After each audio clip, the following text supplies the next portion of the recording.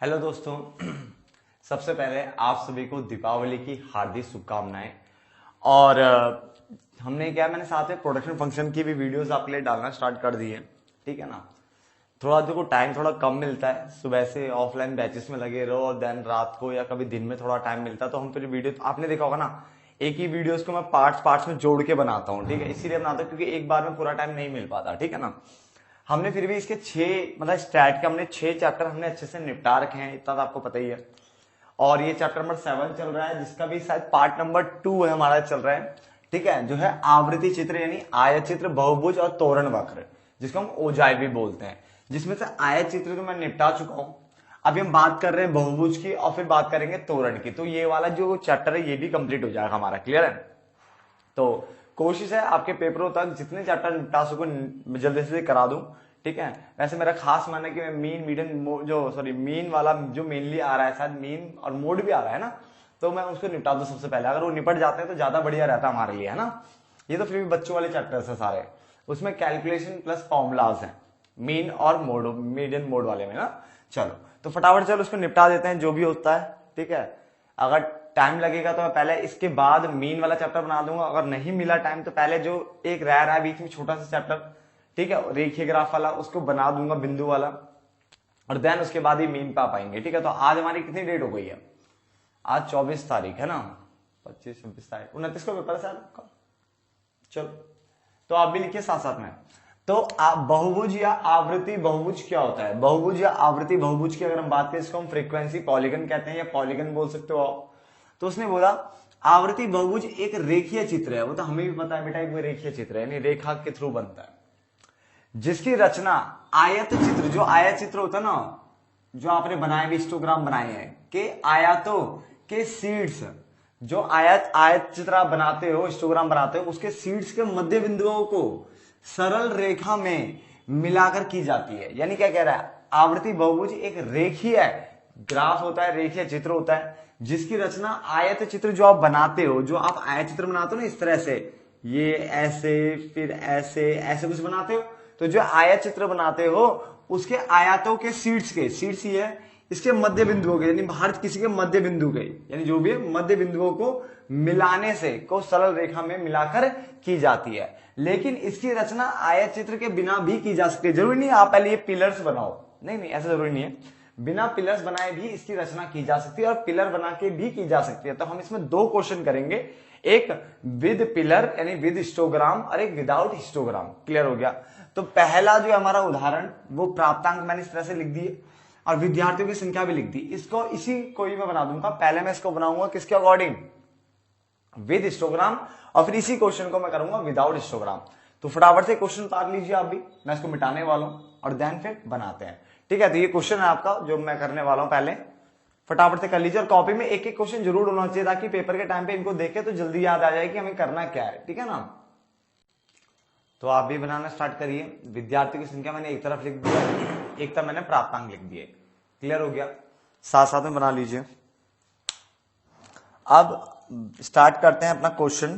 Question हमारे पास क्या है, सबसे पहले है विद्यार्थी की संख्या कहां तक जा रही है, 5 10 से 30 तक। तो 5 5 का गैप ले लेते हैं।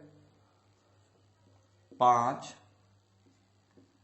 10, ठीक है ना। 5 5 का गैप सही रहेगा, वैसे ज्यादा बेस्ट रहेगा ना। तो 5 10 15 20 25 30 35 30 तक ही है। ठीक है ना, हो गया।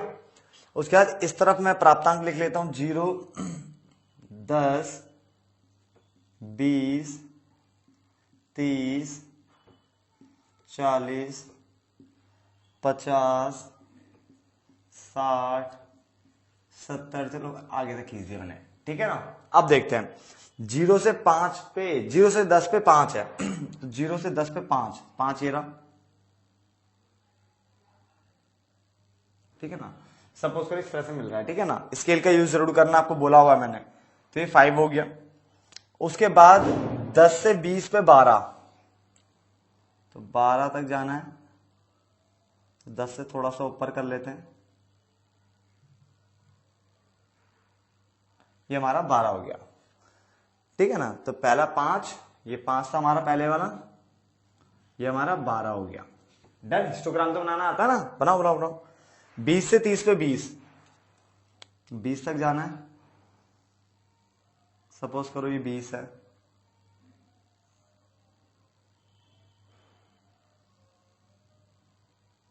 ठीक है ना। 20 स्केल का यूज जरूर करना आप, मैंने आपको पहले बोला हुआ है। उसके बाद 30 से 40 पे 30, 30 से 40 पे 30,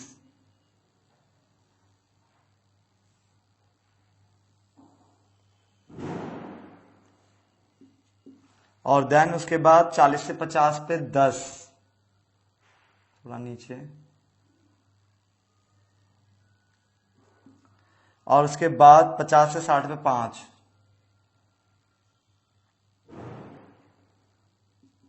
ठीक है। तो मैंने हिस्टोग्राम आपके लिए बना दिया, आपने भी बना लिया होगा साथ साथ में, हाँ ना। फटाफट से बना लीजिए। अब इसके क्या करना है, देखो क्या बोला उसने, मिड पॉइंट्स को मिलाना है। किसको मिलाना है?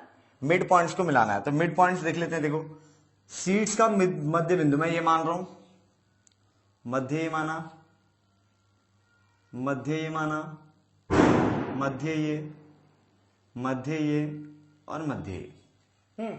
एक चीज याद रखना, यहाँ पे जो अभी बिंदुओं को आप मिलाओगे ना, ये मैंने मिड माना है, इनका जो मिड आ रहा है उसको मैंने माना है।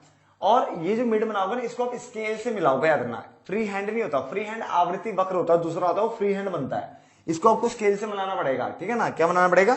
स्केल से बनाना पड़ेगा, ठीक है ना। तो करो जरा, फटाफट से करो। पहले इनको मिला लो, फिर बताता हूं कैसे जाएगा ये स्केल से मिलाना बिल्कुल सीधे सीधे।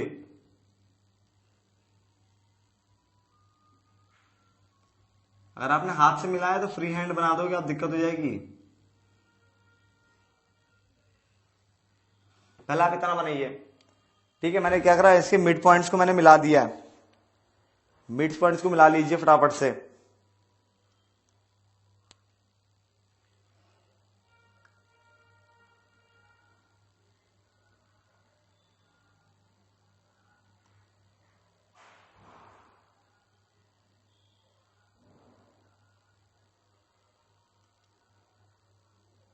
जल्दी बना लीजिए यहां तक फटाफट से, पहले हो गया यहां तक। अब देखिए इसके बाद क्या करना है, आप इसको एंड बिंदु निकाल सकते हो उसका, जैसे ये है, इसको बिल्कुल सीधा लेके जाओ, सीधा, बिल्कुल सीधा, स्केल से बिल्कुल सीधा लेके जाना। तो कुछ ऐसा जा रहा है, ठीक है ना। और मैं इसको थोड़ा कलर कर देता हूं। ये एक्स एक्सिस वाई एक्सिस इधर भी खींचे जा सकते हैं ऐसे लंबे, ठीक है ना। तो यहां टच कर रहा है, और इसको भी अगर सीधे लेके जाए, स्केल से ही सीधे लेके जा रहा हूं, ठीक है। तो समथिंग ये कुछ इस तरह से आ रहा है, यहां पे टच कर रहा है, ठीक है। तो इस तरह से आप इसको बना सकते हो। ये जहां पे टच कर रहा है, ये बताए वैसे निकाले भी जा सकते हैं, जैसे पता कैसे, देखो जो मेरा दिमाग कहता है उसके हिसाब से। देखो हम जो बहुभुज बनाते हैं मिड पॉइंट से भी बना सकते हैं। तो इसका जो मिड पॉइंट आएगा, देखो सबका मिड पॉइंट देखो, इसका क्या आएगा, 0 से 10 का आएगा, मिड पॉइंट आएगा 5, 0 प्लस 10 अपॉन में 2, कितना आ गया 5। 10 से 20 का आधा 15, फिर इसका 50 का आधा कितना होता है 25, 25 का आधा, और 25 के बाद 70 का आधा 35, फिर 45, फिर 55। तो जो ही मिलेगा ना अगला हेड, वो किस पे होगा, 65 पे होगा। तो 65 यहाँ आएगा, तो 65 में मिलेगा। इस तरह से बना सकते हो, बट मिला लो, ठीक है ना। इतना बड़ा कोई इशू नहीं, कोई देखेगा नहीं, ठीक है ना। तो उसको इस तरह से खींचा जा सकता है।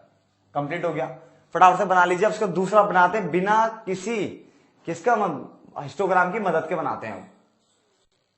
तो आगे देखो, अब इसी को ना बिना हिस्टोग्राम की मदद से करते हैं। तो देखो मैंने यहाँ पे एक तरफ विद्यार्थी संख्या, एक तरफ प्राप्तांक लिखे हैं, इसको बाद में करते हैं, पहले आपको ये बनाना है ना। ये क्वेश्चन था आपके पास।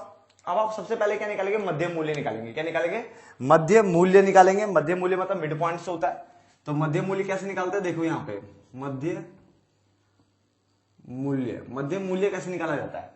मध्य मूल्य निकाला जाता है जैसे ये ना, तो 0 प्लस 10 अपॉन में 2 कितना आएगा 5, 10 प्लस 20 अपॉन में 2 कितना आएगा 15।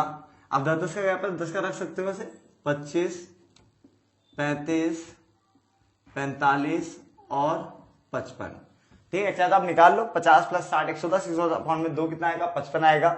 40 प्लस 50 90, 90 का हाफ कितना होता है 45। इस तरह से निकाला जा सकता है। अरे 10 का गैप था, इसलिए मैंने 10 का गैप रख लिया। इसके बाद तो मध्य मूल्य निकाल लिए, यहां तक कोई दिक्कत नहीं।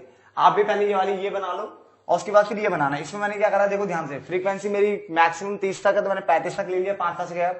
और अब क्या मध्य मूल्य के हिसाब से बनाया जाएगा। अब हमने मध्य मूल्य निकाले तो इसके हिसाब से बनाऊंगा डायरेक्टली। तो इसके हिसाब से बनाऊंगा तो 5 के हिसाब से चल रहा है, तो मैंने 5, 10, 15, 20 से लेकर के 55 तक बनाना था, मैंने 70 तक खींच दिया, कोई दिक्कत नहीं, ठीक है ना। तो 5 का मैंने यहाँ रखा है, 5 का इस बार यहाँ रखा है, ठीक है ना। अब सबसे पहले बनाएंगे कैसे, 5 पे विद्यार्थी संख्या कितनी है, 5 है। 5 पे विद्यार्थी संख्या कितनी है हमारी, 5 है, ठीक है ना। तो सबसे पहले हम जाएंगे 5 पे 5। तो देखो ध्यान से, 5 पे 5 ये मैंने बना दिया। कितना बन गया हमारा, 5 पे 5, डन। चलो तो ये 5 तो मिल गया मुझे। उसके बाद 15 पे 12, तो 15 ये रहा, और 12 थोड़ा सा ऊपर कर लेते 10 से, सपोज करो यहां पे, तो ये 12 भी मिल गया। तो 15 पे 12। उसके बाद 25 पे 20, 25 पे 20 मान लो यहां पे है, तो ये 20 भी मिल गया। फिर 35 पे 30, 35 ये रहा, फिर 30 जाना है, तो 30 हमारा और ऊपर चले जाएगा थोड़ा सा, सपोज करो यहां पे है, ये मैंने 30 बना दिया, है ना। 45 पे 10, 45 ये रहा, और 10 हमारा यहीं पास में ही है, ये हमारा 10 हो गया। और फिर 55 पे 5, 55 पे 5 मान लो ये है हमारा, तो मैंने ये बना दिया। अब फिर वही स्केल की सहायता से इसे खींचो, स्केल की सहायता से, याद रखना ये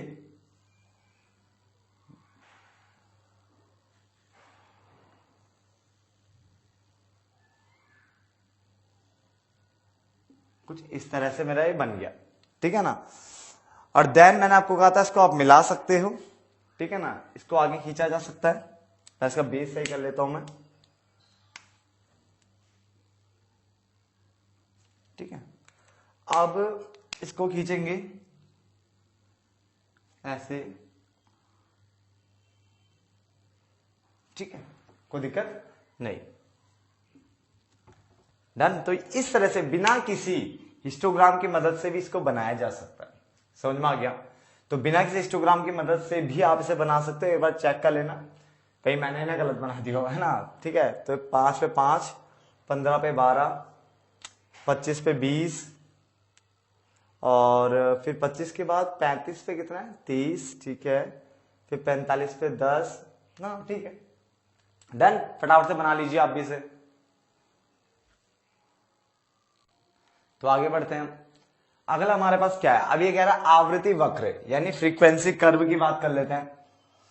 तो आवृत्ति वक्र आवृत्ति बहुभुज का मुक्त हस्त रीति, मुक्त हस्त रीति मतलब होता है फ्री हैंडेड कर्व, यानी फ्री हैंड से बनता। अब तक क्या था, बिंदुओं को पैमाना यानी स्केल से मिला रहे थे, अब यहां पे बस स्केल का यूज नहीं करना, बस इतना ही फर्क है, बाकी सब सेम है, ठीक है ना।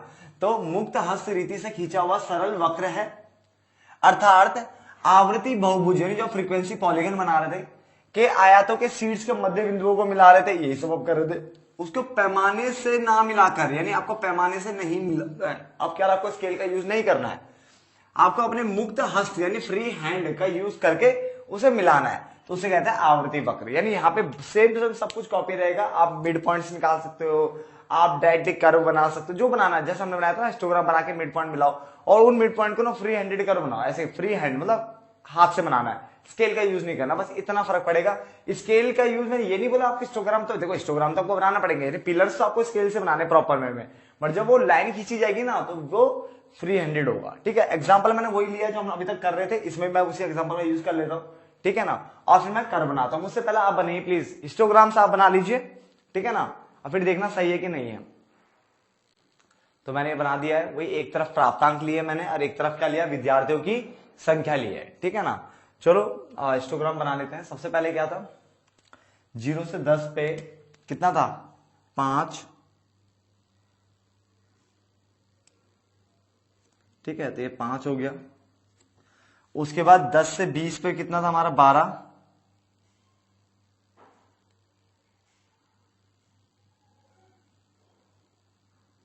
12, ले लिया मैंने।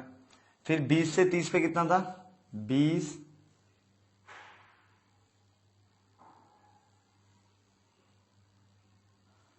20 हो गया, फिर उसके बाद 30,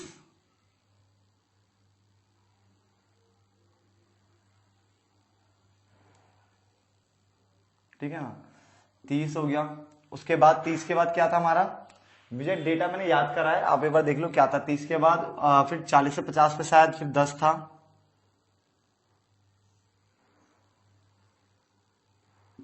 और फिर 50 से 60 पे फिर दोबारा साथ 5 था,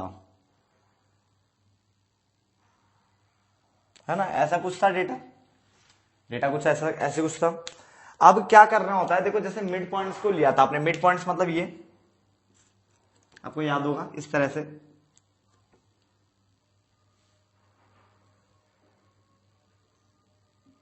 ये मिड पॉइंट्स हो गए।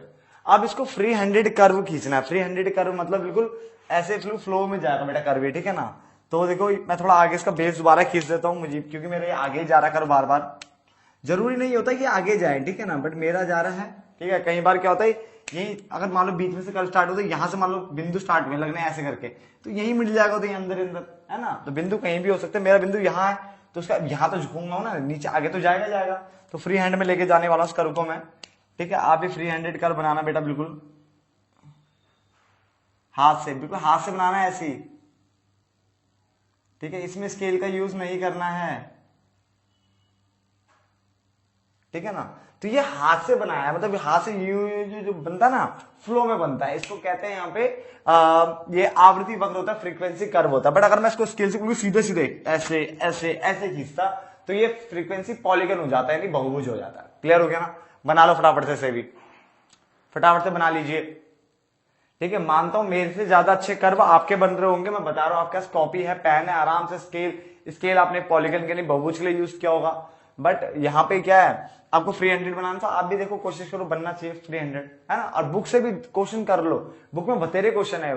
आपका जो भी बुक है ना, हर तरह की बुक में ना, जो स्टैटिक बुक है वो काफी अच्छी बनाई जाती है हर ऑथर के द्वारा, और उसमें काफी क्वेश्चंस होते हैं। तो आप उन क्वेश्चंस को करो और देखो कि आपको वो आ रहे हैं या नहीं है। एटलीस्ट 2-2 क्वेश्चन तो कर लो यार, ठीक है ना, बुक से भी, ठीक है ना। तो मैंने इस पार्ट को यहीं पे खत्म कर लेते हैं, मिलते हैं पार्ट नंबर 3 में, वहां पे जो बचा कुचा उसको भी खत्म करके इस चैप्टर को बंद करते हैं, ठीक है। तो तब तक के लिए धन्यवाद दोस्तों।